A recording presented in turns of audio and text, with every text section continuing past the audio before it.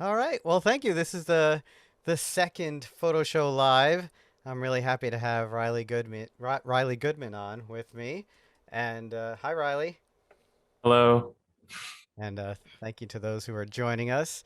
Um, just to remind people, this is a kind of a three-part or a three-act show. I'll talk to Riley a little bit. We'll get to learn a little bit more about him and his work, and then Riley will present his first monograph, second monograph, First first, one. first monograph. Yes, from Yonder Wooded Hill, published by Fall Line Press. Yonder, yes, from I got it right. Yeah. You got it right the first time. And then there'll be some time for Q&A and then some closing questions from me.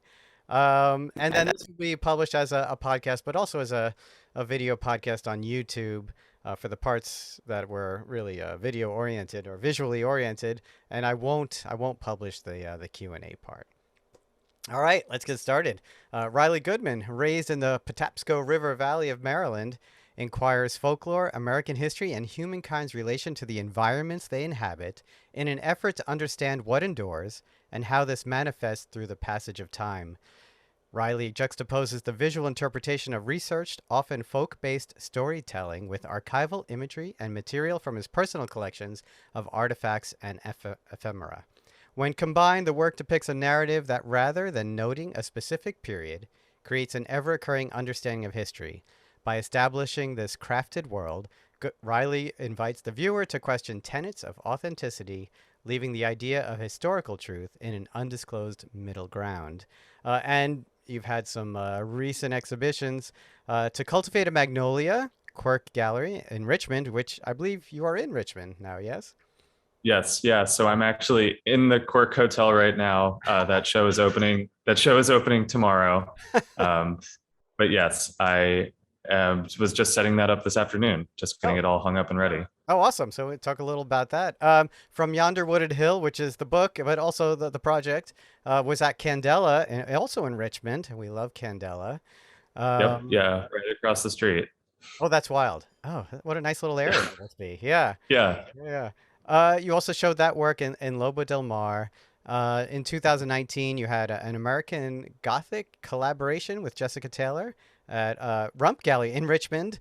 And then way back in 2017, Patapsco, which I think is an interesting thing to mention because Patapsco is also the river that flooded Ellicott City, which also seems to be a bit of an inspiration for this work from Yonder Wooded Hill. yes, yeah, Yeah. absolutely. And then if you go to Riley's website, group exhibitions and talks, um, and you've been included in all kinds of things that I think some of our guests will recognize: Humble Arts and F-Stop Magazine and Ephraim Zolani Mindell, who's a friend of the show, a friend of mine, Strange Fire Collective, and so lots of good things happening for you. Congratulations. Thank you, thank you. Yeah. So why don't you just tell us a little bit about yourself and how you got into all of this? And I think, as much as any guest I've ever had, where you grew up has so much to do with the work that you're doing. Sure, yeah. So, as you mentioned, I'm from the Patapsco River Valley of Maryland. It's about 20 minutes southwest of Baltimore. Um, Grew up there till I turned 18. I moved to Richmond to go to VCU Arts for undergrad. I have my BFA in photography with a minor in history from VCU Arts. And after I graduated, I really loved the city of Richmond, so I stuck around. Graduated in 2018 and have stayed since. So I've been in Richmond for about 8 years. Um, but the area where I grew up definitely influential on my work and kind of my upbringing. My mother's family, which is a lot of what is covered in the book, has been in the area for many, many generations. And then prior to that, in Appalachian, West Virginia, and North Carolina, moving to Maryland for work. Um, that's a very brief Yeah. summation, but yeah, But why photography? How did that start? yeah.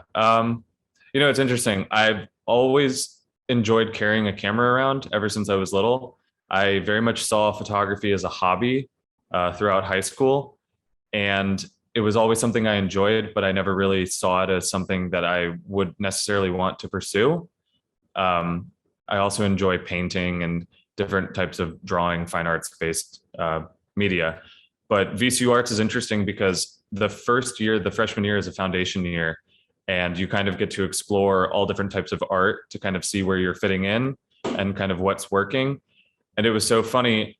I was in these classes and I was like, wow, I really enjoy drawing and I'm not horrible at it, but I'm certainly not one of the best people here. And I was like, but I do enjoy photography and I feel like I can excel more at that. So I was like, maybe this is something that's more lucrative. So I kind of pivoted towards that. So at the end of your freshman year at VCU, you kind of declare what Uh-oh.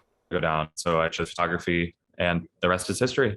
You did pause a little bit there with the internet. You said at the end of Okay. VCO you had to declare, and then you went with photo. Yes. Yeah. So chose photo and just the rest is history.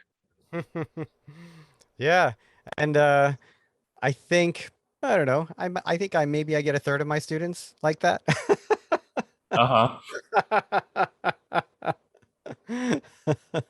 So, um, the uh, the Yonder Wooded Hill work. Yeah, it can be a bit of a tongue twister at times. Oh, I don't know why.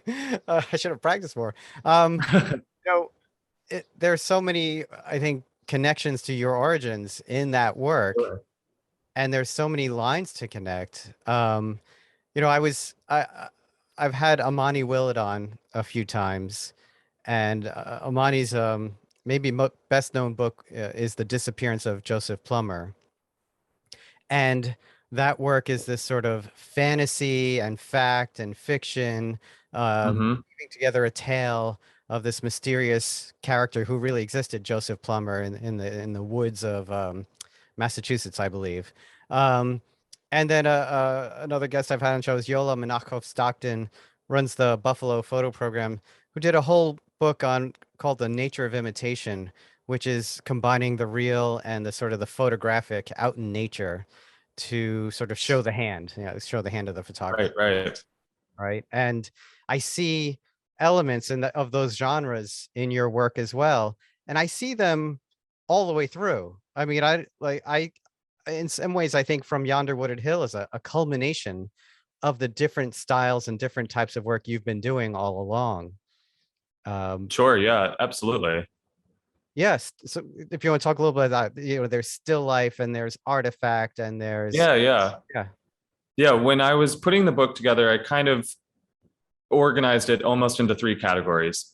And it was kind of these constructed sets that I was building in imagery that was kind of based on storytelling that I was told by my grandmother and my mother growing up.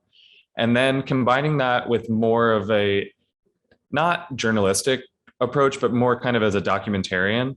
And I think that that intersects with the environmental impacts that the river valley has felt due to the flooding.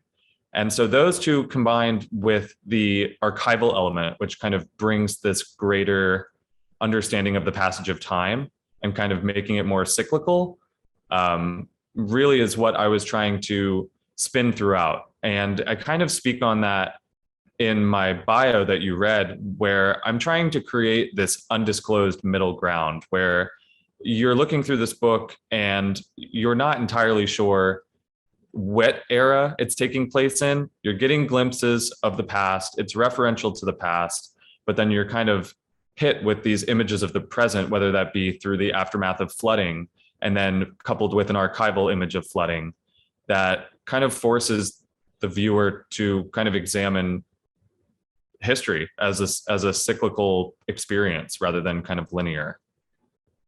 Yeah, and your your interest in this kind of almost combination of archaeological work and forensic work um, really came through when Ellicott City suffered that horrible flood years ago when the Patapsco River Valley kind of just flooded and actually that's a cyclical event as well as far as I know. Yes, yeah, absolutely. So the earliest known or most catastrophic recording of a flooding happened in the river valley in 1868. And then subsequent floods throughout the 20th century. The most notable in my own personal experience, well, not personal, but familial experience, being 1972, Tropical Storm Agnes destroyed the mill town where my mother grew up and where my grandparents worked. So it was a little town called Daniels that sat on a horseshoe bend in the Patapsco River, and the water just rushed straight across, took out the whole town. And then personally experiencing the floods of 2016 and 2018. I don't know, it creates a really interesting conversation for me, because these older floods were due to storms and kind of storm damage, where these newer floods can be tied directly to climate change and the way in which we're choosing to build in an area like the river valley, where kind of having a lack of proper runoff or ability for water to kind of filter in the way that it should allows for this type of flooding to occur. Yeah. But you had an installation style show of the work of from the found objects from the flooding from Ellicott City at the Museum of Howard County in 2017, the Howard County Museum, or if that's what it's called. Yeah, the Museum of Howard County History. Yeah. Oh, that's it. Museum of Howard County History. And yeah, that, yeah, and that, I think, like I said before, you can see the traces, the beginnings of this work, of this book, from that installation. And you have an even deeper, rich history with Ellicott City, from the Patapsco Female Institute in Ellicott City, where you were a researcher for a little bit. Yes. Yeah. So I worked. Yeah, so I worked for the Howard County Department of Recreation and Parks, doing research on different historical properties that we own within the town. One of the main ones being the Patapsco Female Institute. And my job in that position was mainly to kind of develop a streamlined history. It's one of those buildings that I feel like every town in America has, where there seems to be so much information on it, but at the same time we know so little. And so a lot of the research that I was doing with that was kind of to figure out, what was true and what was not true, which is kind of a very different experience. I mean, I have part of my background in the museum world and kind of the research world. So it's interesting to kind of have those parallels, where in a career position like that, I have to make sure that I'm keeping to the historical truth. That's right. Whereas in my own personal work, I'm kind of able to tell the stories as they were told to me, but get to kind of bend it a little bit and play with a little bit more of that unknown. Yeah, absolutely. But this particular place that you were researching, you actually kind of broke through the story a little bit with a discovery, right? Yeah. So it was probably, I mean, it's a really exciting thing to see come full circle. I was researching down here in Virginia, actually, at the Museum of History and Culture, which is formerly the Virginia Historical Society. And in their collections, they have a floral pressing album. So at the Patapsco Female Institute, one of the main studies that was taught during the 19th century was botany. And the girls who went to school there would keep these floral pressing albums. And it just so happened that there was one from 1843 in the Virginia Museum of History and Culture collections, which is right down the block from my apartment. And I was able to document that scrapbook and then bring into existence a garden on the site, which opened this past May, with assistance from Recreation and Parks, and Ellicott City is celebrating its 250th anniversary this year. So a team who's kind of working with that. And we were kind of able to take something that not necessarily is lost to history, but maybe kind of in the back rooms of history, and bring it back to the forefront, which is really exciting. Again, showing that cyclical nature. Yeah, no, it's pretty wild. There was a headmistress, Almira Hart Lincoln Phelps, who was pioneer in women's education. We're talking about the 1800s, so we're not talking about everyone going to school, and then especially women going to school, girls going to school. I mean, Yeah. The building has a really rich history. I mean, if anyone's ever looking for something to kind of spend their afternoon doing, it is a truly a really wonderful building to kind of look into. Yeah. And then you have these historic seeds that you were able to plant and bring back the garden Mhm. that Yeah, part of this institute. Yeah. yeah, And again, that it's that combination of little forensics, a little archaeology, and some documentation. And yeah. then, you know, I think, well, before you start showing your work, I just want to ask Sure. you a little bit more about your grandmother, who is plays such a pivotal role in your family history and then in the work you're doing now. Yeah, Yeah, tell us a little bit more about that. sure, sure. So my grandmother was born. Now this is horrible. I'm on the spot here. I'm fairly certain it was 1928, 1927. She was born in I the can't late tell you when my 1920s. parents were born, so that's okay. Yeah, so she was born. She was born in a lumber mill town in West Virginia called Cass, which is a little lumber town. And again, another plug if you're looking for a great weekend trip. The Hmm. lumber town still exists, and you can rent out the old cabins and stay in them, and then take a train up to the top of the mountain, which is a fun little thing if you're into that type of tourism. Because I did that, which some of the photos are from this town. But Oh, okay.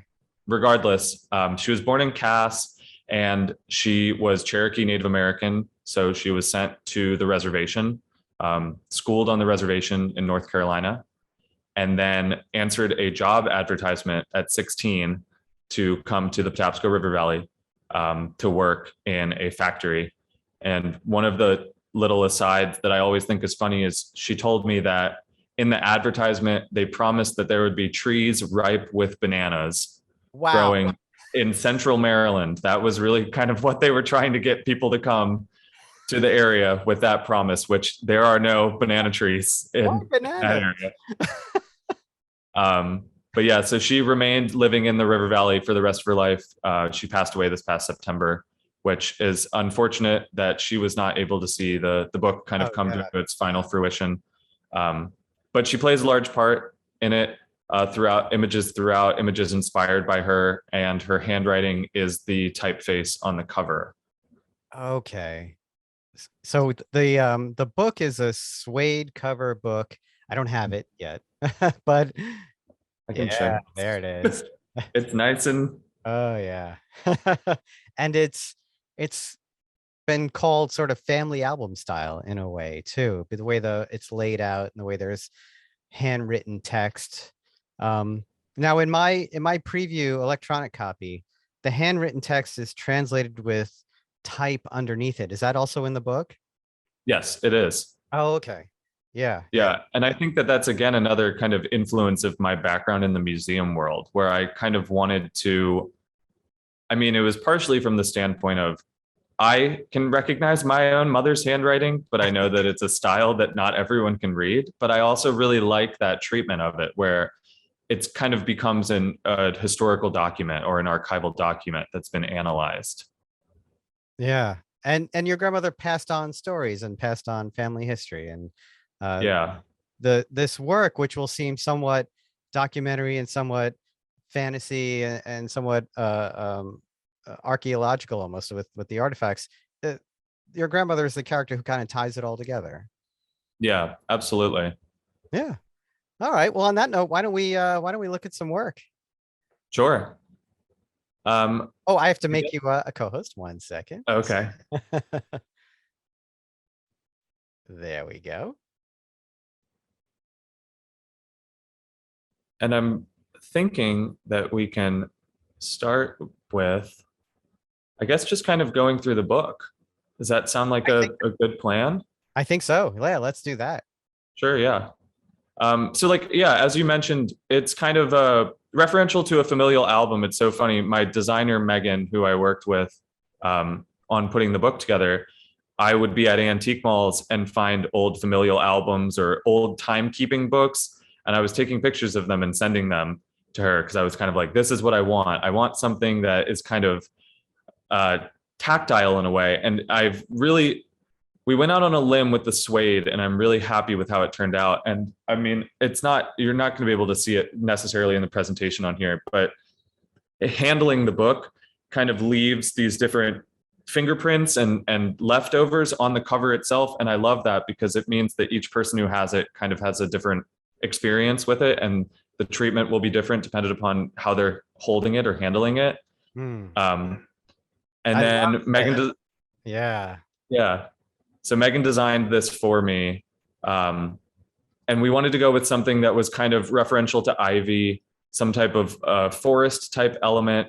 And we wanted the book to kind of have an ability to be, again, of one's own, where they could kind of add their own information here. And we wanted it to meet at kind of my elevator pitch has been that I want it to meet at the crossroads of a field guide and a fairy tale. And this has this kind of not the old fashioned school book almost, like who owns this book? Yeah, yeah. Yeah, yeah. The book plate. Yes. So the book starts off with this poem, The Whippoorwill, which actually is funny because in working for the Department of Recreation and Parks, I was doing so much research that was able to overlap with my own personal research and kind of like what I wanted to put in this series. And I was getting to kind of do two things at once. So this poem is pulled from the Baltimore Sun archives. It's from 1909. And it was written by a student at a former college that used to operate in the River Valley. And as soon as I saw it, it just really stuck with me because it's kind of this melancholy, ominous poem that I don't know. If one goes to the Patapsco River Valley, it really remarks on kind of the experience there and kind of how it's a very welcoming, inviting, but also spooky type of place. And so I chose the title of the book based on that first line of this poem. And so then kind of as we get into it, leaving that middle ground kind of undisclosed, the book never really sections off where certain things are taken. So I kind of like leaving that where one has to kind of wonder. And that also was intentional in the way that I wanted it to kind of be referential to my grandmother moved to this area of Maryland because it reminded her of where she grew up in North Carolina and West Virginia.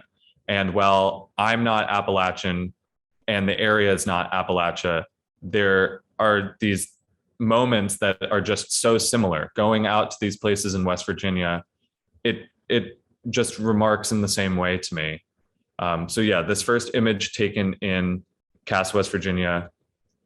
And then we kind of go in through things, different characters I've chosen to include based on familial members with these titles to them that kind of create these characters for one to kind of imagine as we're going through. So this is my grandfather and the house he grew up in. And then this kind of gets into what we were talking about previously, where we introduced kind of these still lives and these more constructed sets paired with more so the documentarian type of shots. And just adding different little elements. So this is my third great grandmother who was the cook for the Ellicott family. And then this being honestly the earliest image in the book. So this was taken right after the flooding of Ellicott City in 2016. I took this in early 2017. And this image is so funny. It's had such a funny life to it. So many people think that this is Photoshopped, which I completely understand, but it is all real. And it's the rock bracing from a hillside that the floodwaters took out. Yeah. And it's pretty unbelievable. Yeah.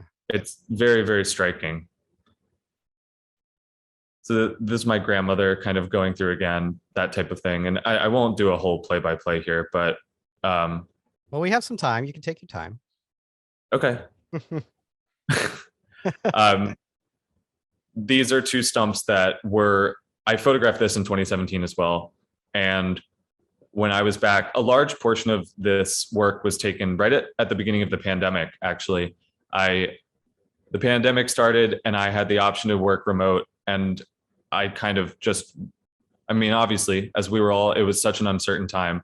I wanted to be with my parents. So I actually moved back home for about a month and a half and was just making work while I was there. And this is one of the images that I took while I was up there. And I went on a hike and I was like, I wonder if that stump is still there. And I wonder what that looks like. And kind of thinking about growth and death and rebirth. And then again, you kind of see these titles. The Town of Two Sunsets was a name that was given to the town where my mom grew up, because it sat on a horseshoe bend. The way that the sun set, it would go behind one hill and then it would peak back out and then it would set again. And then all of the newspaper moments are pulled from archives from the Ellicott City Times as well.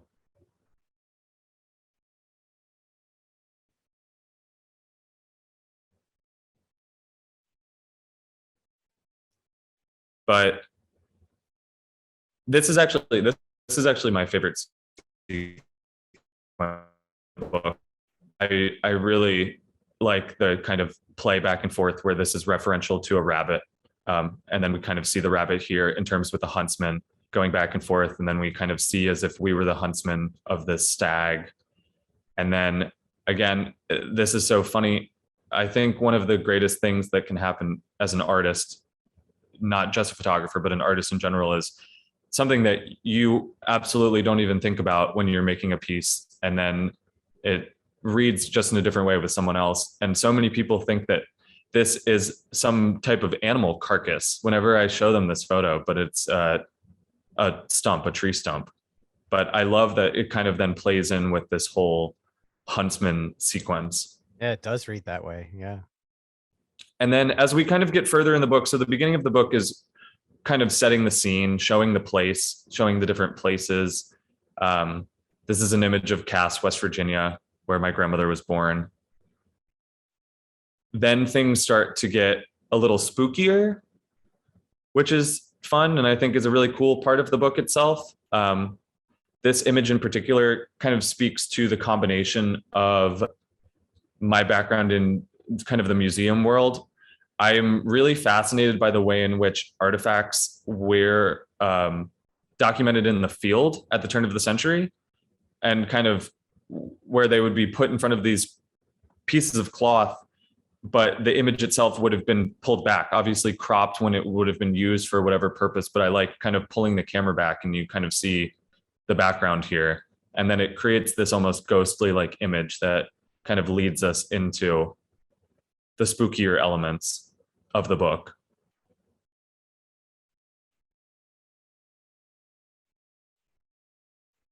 And then this is another funny circumstance. So later in the book, there is an image of the same diorama, which is of Ellicott City, that's pulled back and it has kind of the old, almost like Pixar style lamp. And that was another one where I had photographed that in 2017. And I went back in 2020 when I was home and I was like, oh, I have a new camera. I'm going to try and take an image that's a little bit better quality of this diorama. And in the time between, the museum had received a grant, which is really wonderful, to completely redo the diorama. So it looks a lot more new and nice, which I kind of liked the hand painted background of the other one. So I was like, well, let me play around with kind of getting in more so up close here. And it ended up working out really well, where it creates this back and forth of the house and the coloration looking similar enough where one has to kind of question that. This being my mother's childhood house. Yeah, I definitely went back and forth on those two over and over again. Is that the same house that's being held? Yeah. Yeah.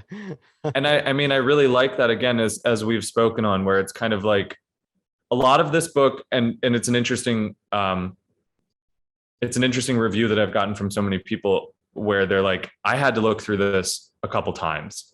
They're like, I didn't necessarily pick it all up the first time, which I like, because I think that being able to kind of return to something and then be like, oh, wait a minute, there's something else there. And I've tried to kind of hide these little elements throughout the book that's referential as you go through.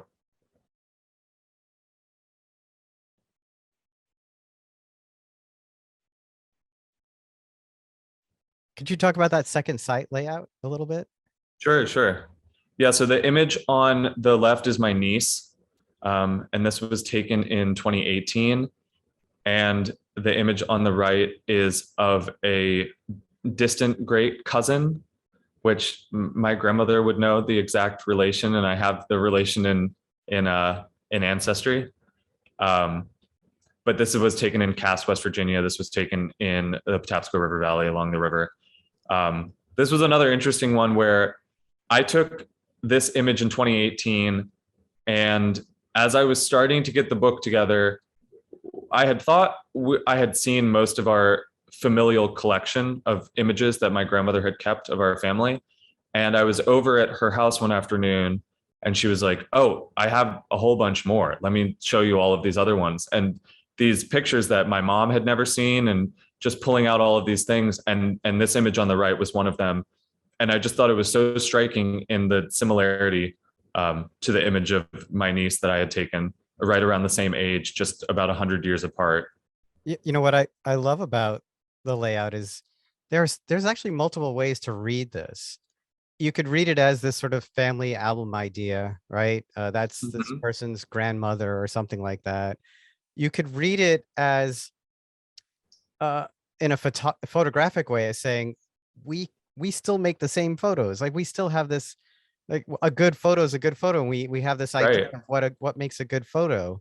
The person in the environment, and the stoic look, and the sort of treating someone with respect idea, right? It's in these photos. Yeah. And you can also go full on The Shining. This is like a ghost image. you Yeah, know? for sure. And I felt like this was a nice way to play with it. Well, again, I mean, the image on the left was made before I knew of the image on the right, Mhm. but I felt like this was a way that allowed it to be referential without being like, all right, let's dress you up in these old clothes so we can try and like make this the same. Right. But yeah, you're totally right. I mean, I love looking at this photo on the right and thinking that probably whoever took this was like, go stand on that rock right there. Yes. But yeah, I'm very much influenced by Renika Dijkstra in terms of my portrait making. I really kind of love these moments that are very deadpan. Right.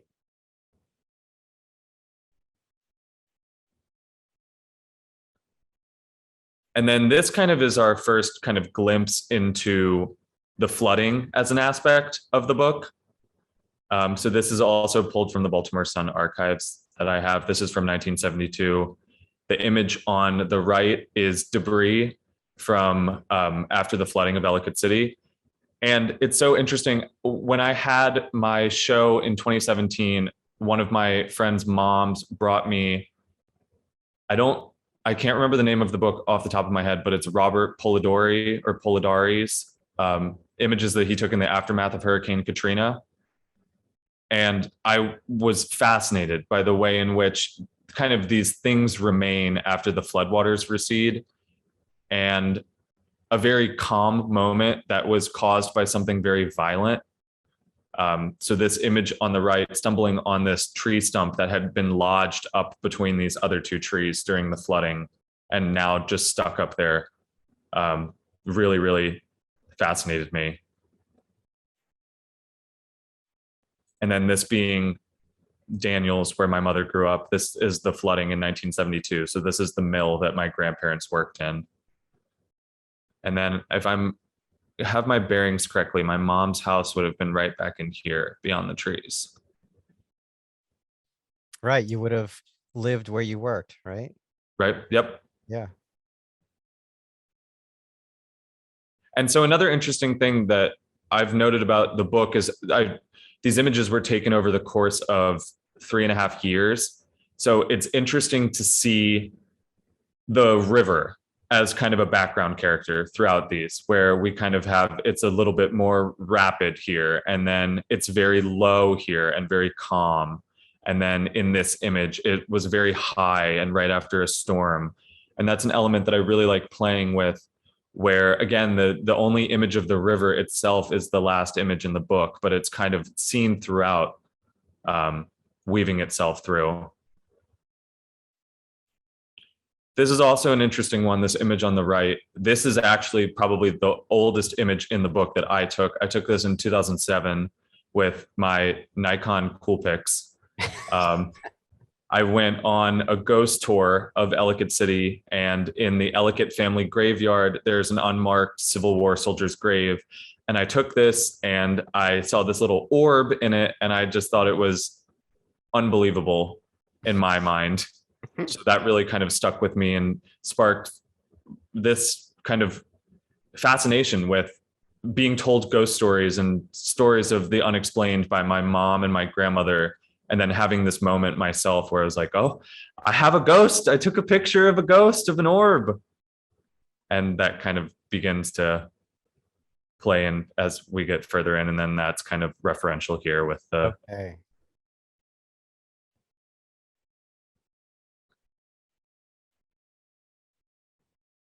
Okay, come on. The upside down owl. Is that what that is? What is that? Yeah. So that's a porcelain owl statue. This one is kind of, I'm going to be honest with you. Of all the images in the book, I feel like I can give a really good, or I mean, I would like to think a fairly good explanation of kind of the reasoning behind them. This one was a bit more. It's not tied to a specific story, but it's more so kind of toying with this idea of the kind of absurd.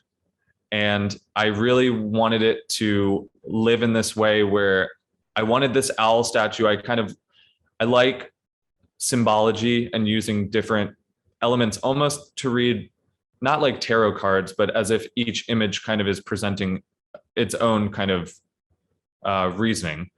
And I wanted to use an owl as a motif. And this statue had been sitting in my grandmother's house and then given to my mom and then given to me. And I found it so strikingly strange. And I just wanted to present it in a way that was kind of almost like, I don't know, like an animal that had been caught, but kind of in this absurd manner where it's this porcelain statue and this kind of very pure white item. But I like that it leads in the sequence into this image of my friend going down into this well. And then we have some older imagery here. Yeah, so this was probably one of the most exciting things that I found in my research. This is from the Baltimore Sun in 1903, and this describes the river valley. And just finding this image was really, really lovely because it kind of strikes this very spooky, but more so kind of unknown sentiment of this stranger down the lane. And another interesting thing about this, which really stuck with me, and again is kind of addressed in a later image, is it talks about fire coming out of the eyes and nostrils of man and animal. And I know through my research that Washington Irving was friends with the owner of one of the mills in the Patapsco River Valley. And I grew up being fascinated by the legend of Sleepy Hollow, and that definitely is an influence on this work. But it was so funny when I went up to Sleepy Hollow for the first time in college, I expected it was going to be like the Tim Burton movie, which is maybe just my own romanticizing. And it was so funny to go up there and be like, oh no, this is like a New York suburb at this point. And the old stone church is right along a really busy road. But it almost sparked an interest in me because certain areas of the Patapsco River Valley, even today, are reminiscent of kind of that old world idea. And kind of when you read The Legend of Sleepy Hollow, what you're imagining is there still today. And so it's interesting that Washington Irving had a relationship and a friendship with this mill owner and that he was present in that area. And so to find this article where it kind of talks about in a similar type of way to the way that the Headless Horseman is presented. And then that is part of the reason of the inclusion of that in an image later in the book. And it's interesting you bring up Sleepy Hollow. Edgar Allan Poe is also buried in Baltimore, I believe, right? Yes, he is. The Raven, of course, Right. of Baltimore, but this idea of sort of history and also a kind of superstition about the supernatural, right? It sort of permeates that area. Yeah, yeah. Yeah. Yeah. And that kind of gets into, as we go through here, the kind of the main story, the main folk tale or ghost story that kind of started the fascination in terms of that branch of the project. So this is my third great grandmother's grave. It sits behind the churchyard that's previous in the images, which is a church that my family has been going to for over 150 years.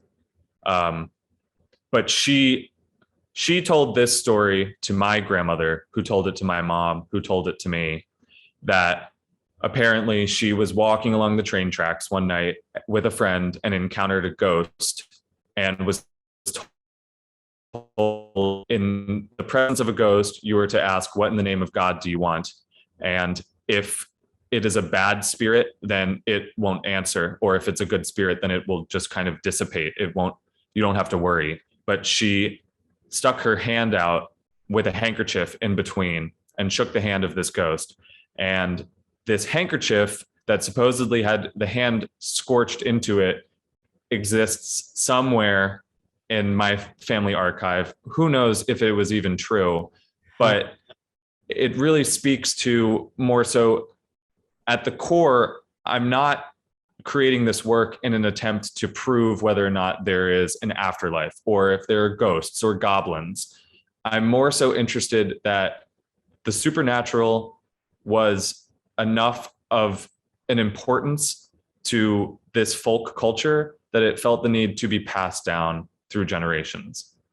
And so that was kind of the story that started that branch of the project. Mm-hmm. So at the very, very beginning of that story, you froze up a tiny bit. I don't think we actually missed anything significant, but you said your grandmother encountered a ghost. Mm-hmm. And right after that, you froze up a little bit. If you could just. Oh, sorry. Yeah. I was just saying that the story is, which is kind of my mom has written out here, is that she was walking along the train tracks and supposedly encountered a ghost with her friend. And then it was asking, what in the name of God do you want? And then shook the hand of the ghost. Yeah. Okay. Yeah. I think we missed a little bit of what in the name. Yeah. Oh, look at these. Yeah.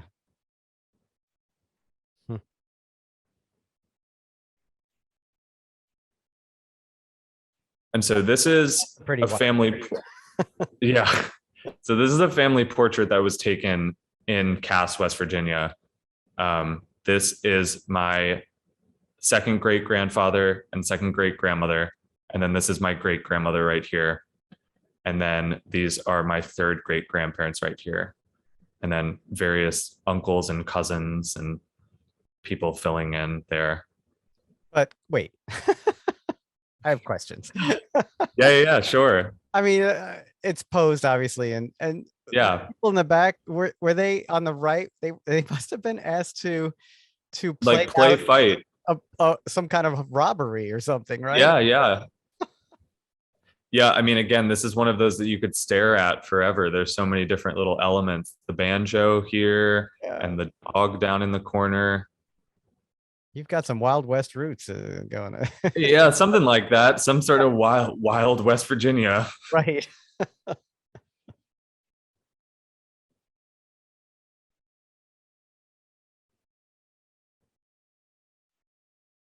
And so then again, this image on the right is another example of this museum documentation, but pulling back the curtain to kind of show the river itself, show the hands. And then this is a piece of ceramic that I found in the Patapsco River myself. And Virginia is actually well known for pottery and ceramics, right? I mean, there was a very famous flatware plate manufacturer, Hayden, I think, or something like that, out of Virginia. I'm not sure. Okay, but yeah, I mean, I know they have a history with pottery and ceramics. Yeah, but this pulled from Maryland. Oh, that's Maryland. That's right. Yes, that's right. Yeah. And so again, this is that diorama photo that I was speaking on earlier, that I just love this painted background. but I'd love that they got the money to get a new background. But Well, it's actually amazing. You know, Ellicott City keeps coming back after, you know, all these floods and yeah, yeah. I mean, it is a very resilient town, and it's a great area to be from. I mean, the city itself predates the founding of America. So we're celebrating our 250th anniversary this year. The town was founded in 1772. I mean, it is the unspoken cradle of the Industrial Revolution. hmm It's also a beautiful city to visit if you've never been there. Yeah. Absolutely. And so again, kind of playing on this, similar in a way to the spread earlier, where it was the close up of the diorama and then the photograph itself. This is kind of the diorama and then pulled back and kind of almost as if this is a diorama house itself. So this is the historic Merriman Street cabin in Ellicott City that was nearly destroyed in the 2018 flooding of the town and was saved and put on these. It sat on these stilts for a while, and I just thought it was so intriguing. It almost reminded me of Baba Yaga. I'm not sure if you're familiar with that folktale, but it's like a Russian folktale of the witch who lives in a hut with chicken feet. But again, kind of that absurd and slightly spooky.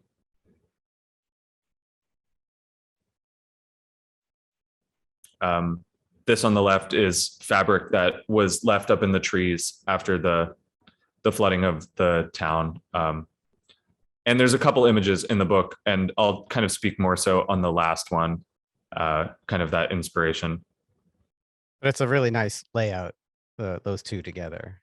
Thank you. The shape of the Yeah, this is a starling on the factory floor. So a lot of these images were taken in the flour factory where my grandfather worked, and this was taken in there.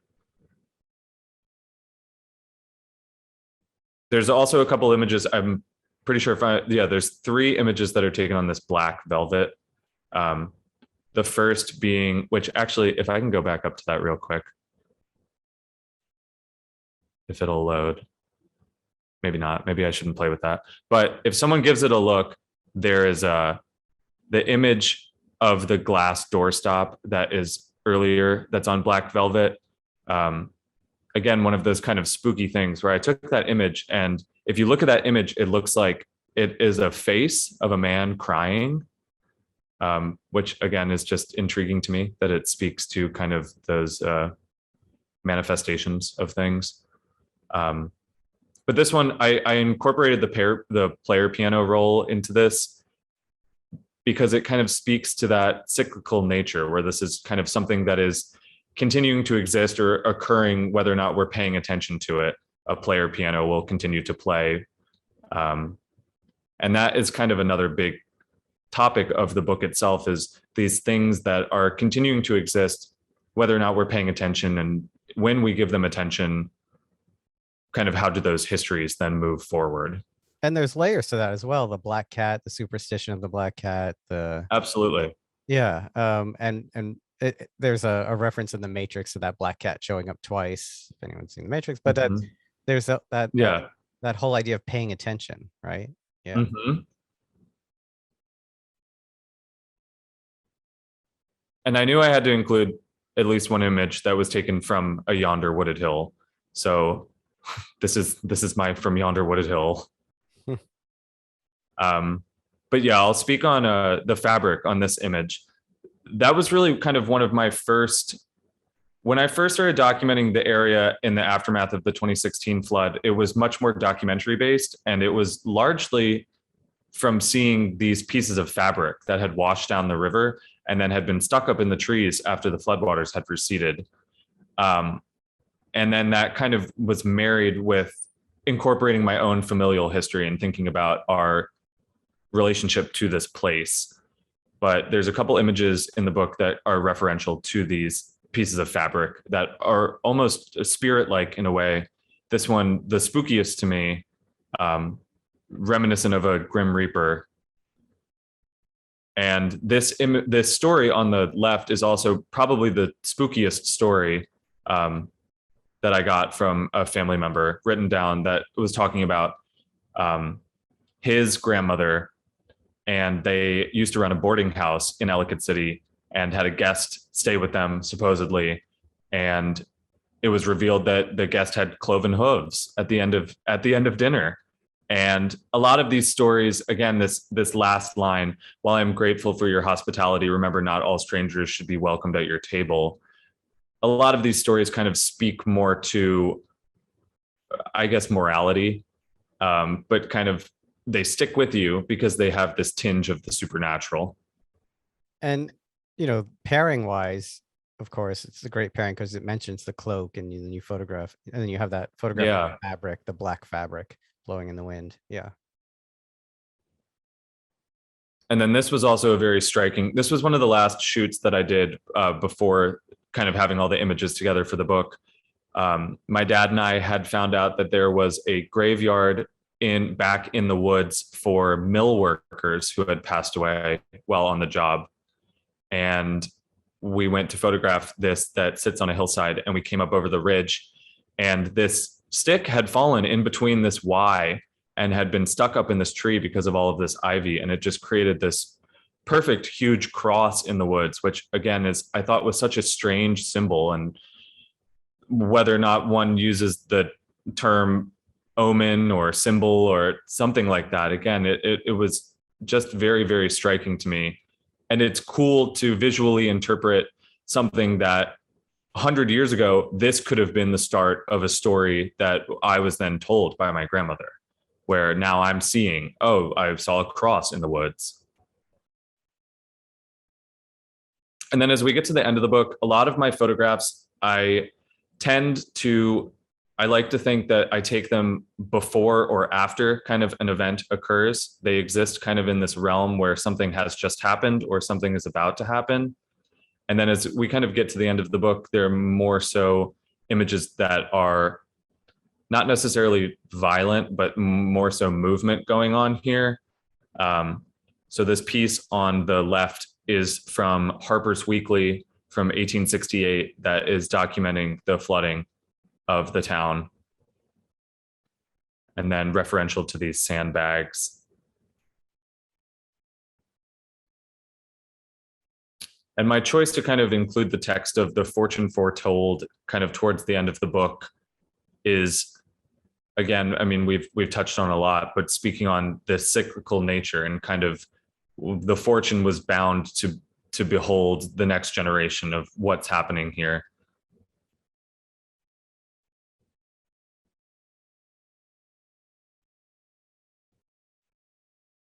And then again, this image being referential to the legend of Sleepy Hollow.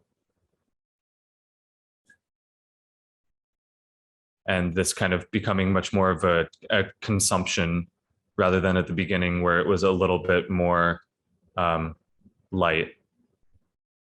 And I included this postcard on the other side because I liked how the tree line kind of matched in a way where it almost felt like this could be what was just out of frame.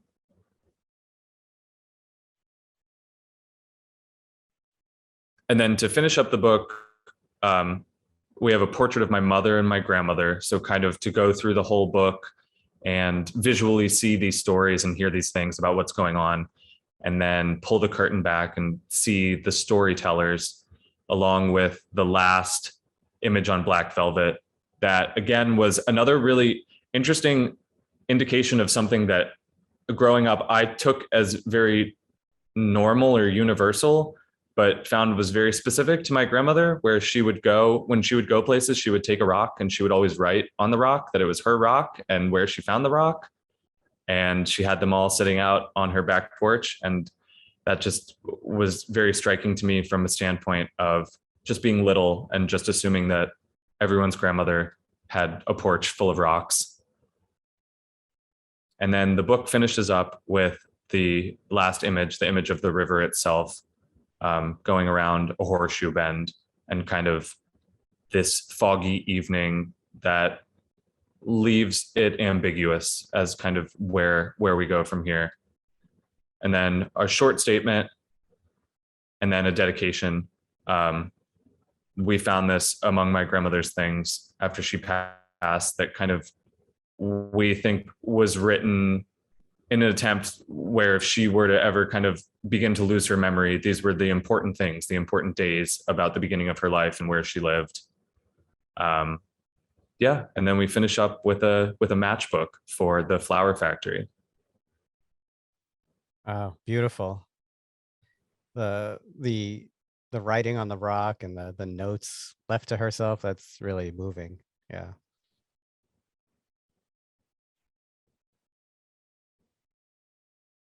So yeah, Well, thank you for that. of course. Um, we're going to go to a Q&A in a moment, but I wonder if you wouldn't mind giving us a little preview of the show that you're actually in Richmond for Yeah, sure. from the photos on your website. Yeah, let me see if I can get out of this full screen.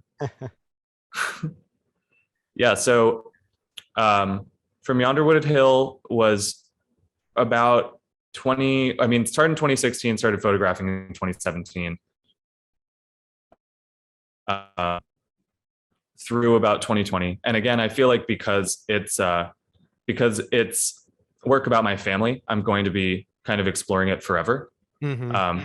But I started this series at the beginning of 2020 about Richmond and Virginia history.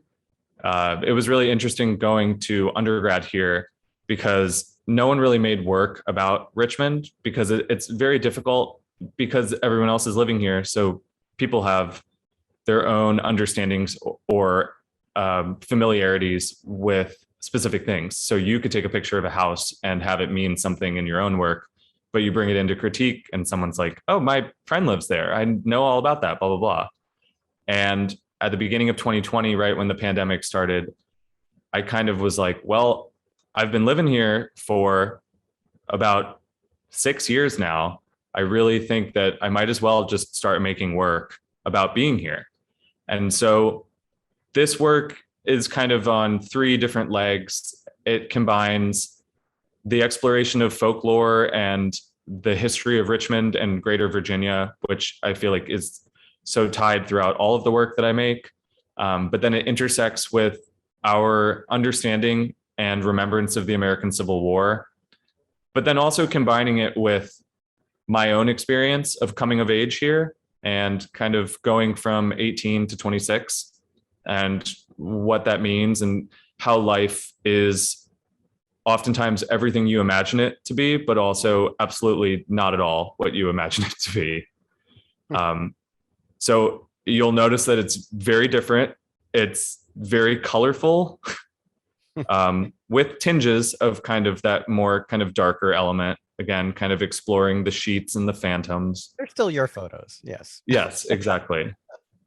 But yeah, it plays with a little bit of different concepts.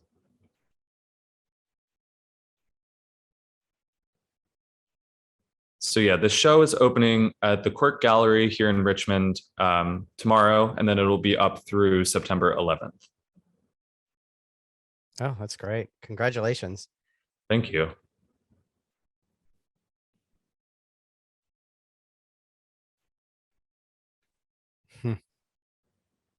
Yeah. Well, let's open it up. There's only let's see. Yeah, if anybody wants to unmute and ask a question, feel free. Hi, Riley. This is Gary. Hello. Very impressed with your book, especially. There's so much thought, went into it, so much work. Just want to congratulate you on your achievement. And I think it's really interesting how you try to integrate your life into your photography and your interests in history and in your family. I think you're really on the right track as far as, the kind of work to do that's going to be meaningful for you and as well as for other people. A question I have is that I noticed that you photograph in both black and white and color. And yeah. I wondered if you could speak a little bit about what's behind the choices that you make when you decide whether to show a picture in black and white or in color. And do you shoot everything in color and then convert it to black and white, or do you shoot some of it in black and white? Sure, yeah. So I shoot everything in color.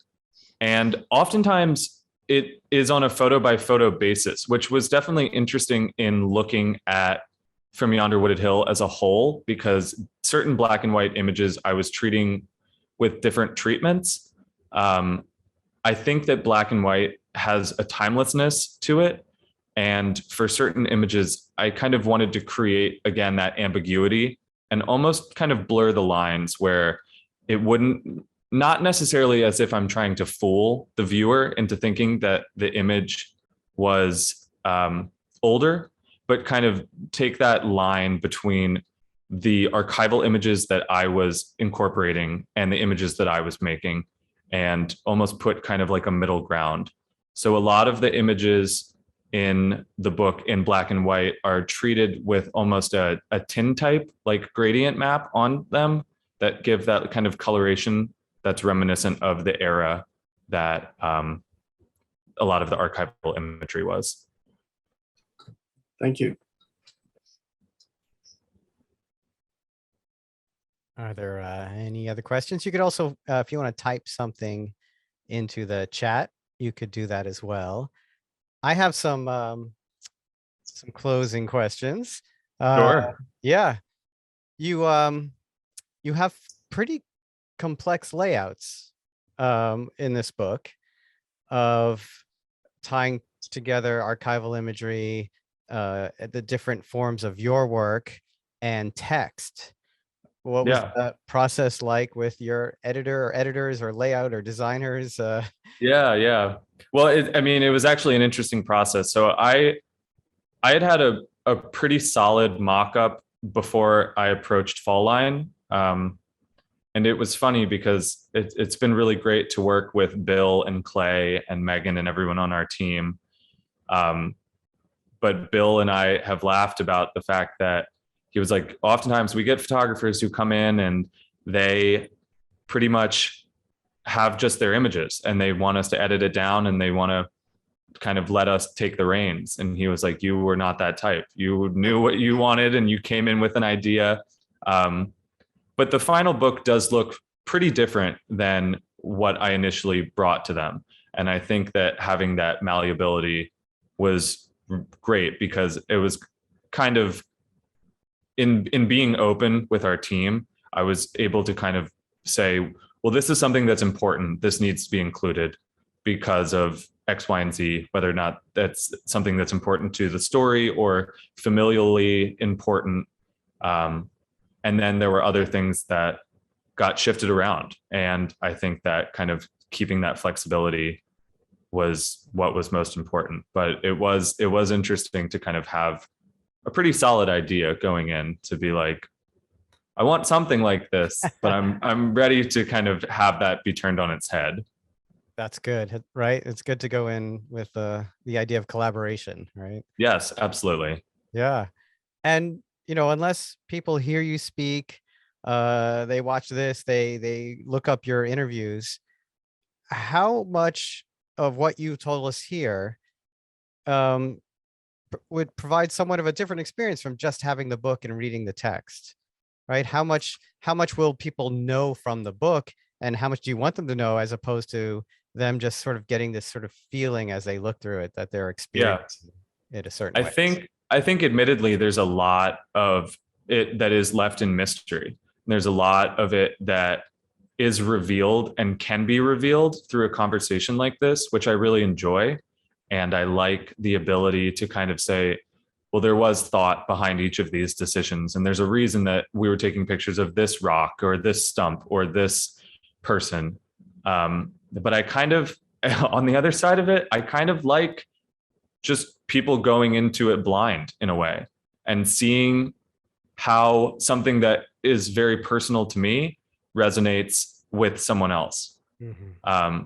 I was recently at a friend's wedding and the groom's mother came up to me and we were chatting for a bit, and she had been looking through the book and she said, I'm so impressed. I just really love the way that you tell the story. And my mother had that same Last Supper painting hanging in her kitchen. So the image towards the end of the TV, my grandmother had a painting of the Last Supper.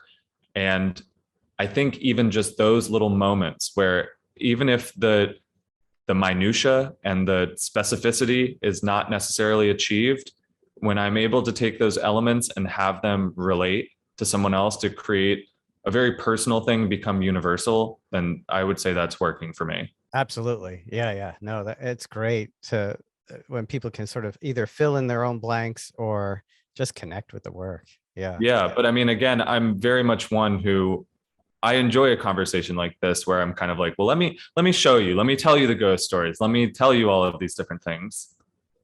No, it's very much what even the way you're describing the difference in the experiences is very much in your work, the idea that you can actually put things together in different ways and experience it in different ways, and it's equally good, right? Yeah. Last question. Is there Sure. anything you have to say to John Fryer? I'm Fryer curious at- why he's not. I'm curious why he's not tuning in right now. No, I'm just. No. No. So yeah, I want to thank John Fryer I for have to. introducing us, by the way. Yes. Absolutely, yeah. I want to say thank you as well, John, and so many of my professors at VCU have been so helpful on this entire journey, and to be undertaking this process and kind of be introduced to the photo book world and the art world, not fresh out of college, but fairly fresh out of college, has been hard. And so I'm very, very thankful to John and my professors who have been so wonderful in providing assistance beyond graduation. Yeah. All right. Well, thank you very much. This has been wonderful, and thanks for the preview, your upcoming show. Yeah, of course, if, of course. If you're only listening to this on the podcast side, please watch the video side of it, because there's going through the work was just wonderful. So thank you, and thank you all for joining. Perfect. Thank you all very much for tuning in. Yeah, and stay tuned for the next show. Keep up to date with at realphotoshow.com and also at jkcgallery.online. And I'll talk to you all soon. Thanks, everyone. Cool. Thank you.